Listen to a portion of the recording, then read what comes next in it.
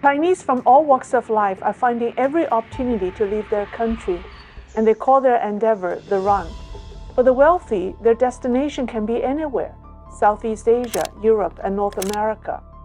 For ordinary Chinese, crossing the border to California and Texas via Mexico is their safest bet. But this journey is physically challenging and can be dangerous. Who are the people risking their lives to come to the U.S.? Meet Chen Hongyuan, a young man whose dream was to come to the United States and join the U.S. Army. He did manage to come, but during the process, he lost everything he had. Let's hear his story. Hello, welcome to Lei's Real Talk. I'm Lei. Unlike other illegal immigrants who are coming to the United States for the first time, Chen Hongyuan had been living in the U.S. for 5 years. He studied at the State University of New York from 2011 to 2016. As a teenager, he had many questions about the United States. 我最记得我初中的时候，就是政治课，然后当然它名字叫做思想品德这门课，课上老师就说什么，美国是一个就是不注重人权的资本主义国家，然后剥削劳动者。然后中国的这个共产主义才是人类社会的最终形态，中国跨越了资本主义，直接进入到共产主义社会。然后呢，又开始给我们在课上放一些采访的视频。我最记得一段就是一个在农场里的劳工是个白人，然后呢，他就是说他在工作非常非常辛苦，然后拿的报酬特别低，什么生活也得不到保障。The video Chen watched was in English with Chinese subtitles. Looking back, he wasn't sure if the person was really an American or whether the subtitles reflected what he said. But his teacher played many videos to prove that the United States is a country lacking human rights, with ordinary people living in misery and the capitalists making all the money. 我当时就觉得好奇，如果说中共把中国描述的那么好，美国那么烂的话，第一，你为什么老要揪着一个那么烂的国家跟你比较，而不放过它？你是不是应该跟更好的比？第二就是说，美国要是像你说的那么烂的话，为什么它在世界上那么多方面都还遥遥领先？我就一直想不通这个问题，所以有机会的时候，就高中毕业了以后，我就想一定要出来到美国看一看这个国家到底是什么样的一个国家。After he arrived in the U.S., Chen discovered a completely different America. Unlike in China, he was surprised that America doesn't have high-rise buildings everywhere, except in a few big cities. The country also doesn't have an elaborate railroad and public transportation systems like China does. But he was impressed by something else he found in America. 美国这个国家给我感觉就是，处处体现了对人的关怀。这样例子很多。无障碍通道基本上每个建筑都有，然后残疾人停车位，而且这些残疾人停车位都是最靠近这些建筑入口的。还有就是无处不在的直饮水系统，然后商场里面的母婴室，然后残疾人厕所，这些我不是说在中国这些东西没有，但是就普及度来讲，一个是天上，一个是地上。And the young man was touched by the kindness Americans have shown him. 我感觉到大部分美国人就是真的是非常的善良，他们帮助你就是发自内心的一种愿意帮助你，也不求什么回报。举个例子，就是我刚来美国的时候，因为是秋季入学，还很热，然后带的衣服那些都是夏季的，被子什么也没有带，然后我是住校，和一个室友住，然后呢，学校只提供了一个床垫，然后床单什么的被子都没有，然后我就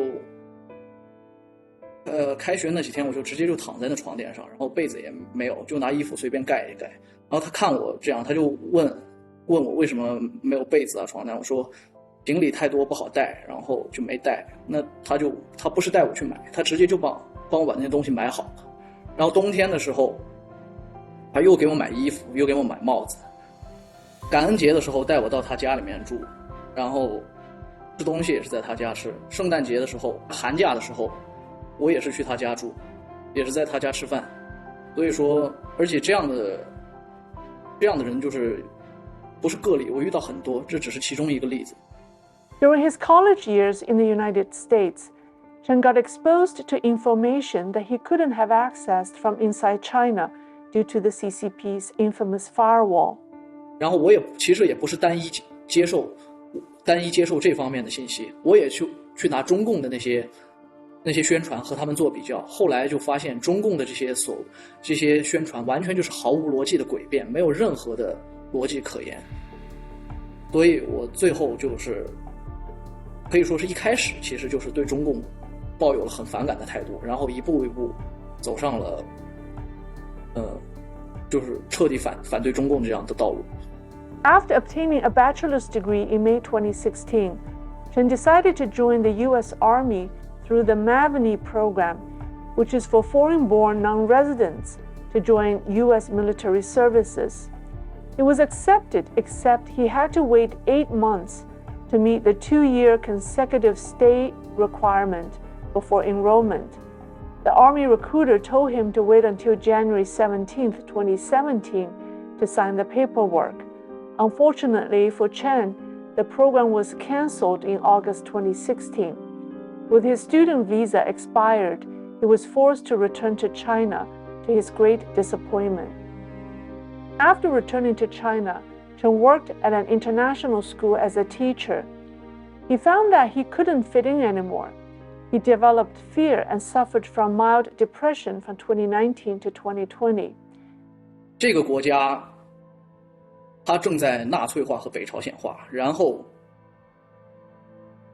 我如果继续待在那儿的话，我早晚会被中共迫害，而且我知道这天很快就会到来，不会太远。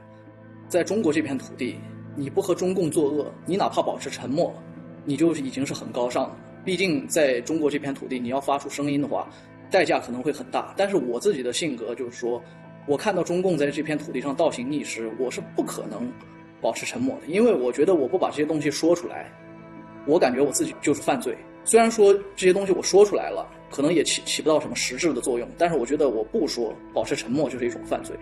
Chen said that China is suffering from an epidemic of nationalism. Ordinary people are behaving erratic and irrational. They're so afraid to criticize the government that they put on a mask and go along with the CCP narratives to either protect themselves or to gain political favors. 我当老师，在国际学校当老师的时候，我们另外一个数学老师，他也是加拿大留学回来，然后呢，他跟我们老师说话，讲到就说，哎，这个地方没有希望，我好想移民加拿大，我好想换成加拿大的护照。然后呢，他同时自己又是一个那个什么，应该是算是什么团支书记吧，反正中共的一个小头目。然后，因为现在国际学校早就有这些党支书和团支书了，包括外企也是一样的。然后呢，他可能是带着任务的，要求这些学生入团啊什么的。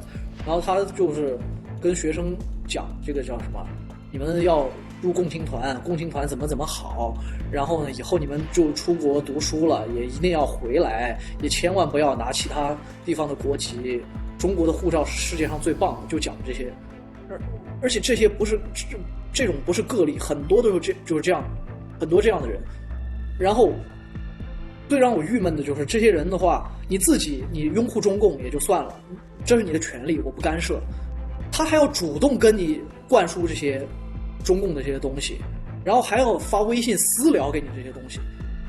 然后发了这些东西的话，我也忍了，我就不回复了。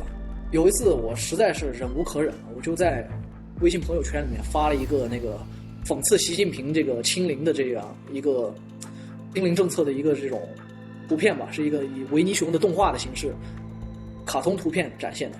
然后他还当面过来就是说问询我，就是说你怎么能这样，然后什么什么，你胆子也太大了。Chen calls today's Chinese society a supersized mental institution full of mental patients who suffer from Stockholm syndrome and schizophrenia. He decided that he must leave China and return to the United States, even as an illegal immigrant. He applied for a short-term education program in France and got accepted, and also obtained a 90-day multiple entry visa to France. As he left China, a customs officer at Shanghai airport asked him to show the email correspondence with the French school, but Chen had deleted them all. He nervously awaited as the customs officers reviewed his case. They eventually let him go. After landing in France, he stayed at the airport for 1 day and immediately flew to Cancun, Mexico. His multiple entry French visa helped him get into Mexico. After staying in Cancun for a week, he flew to Tijuana, Mexico, which is only 19 miles south of San Diego. 5 days later, one early morning, he decided to swim across the border to the United States. Before getting to the water, he threw his bag across the wall to the U.S. side, and something unexpected happened. 因为美墨边境墙有这个铁丝网在上面，铁丝环一环一环的，然后我扔的时候角度没计算好，那个包就挂在了那个铁丝上。然后最不幸的是，它还是挂在比较偏墨西哥内侧的铁丝上，然后美国这边还没有办法帮我拿下来。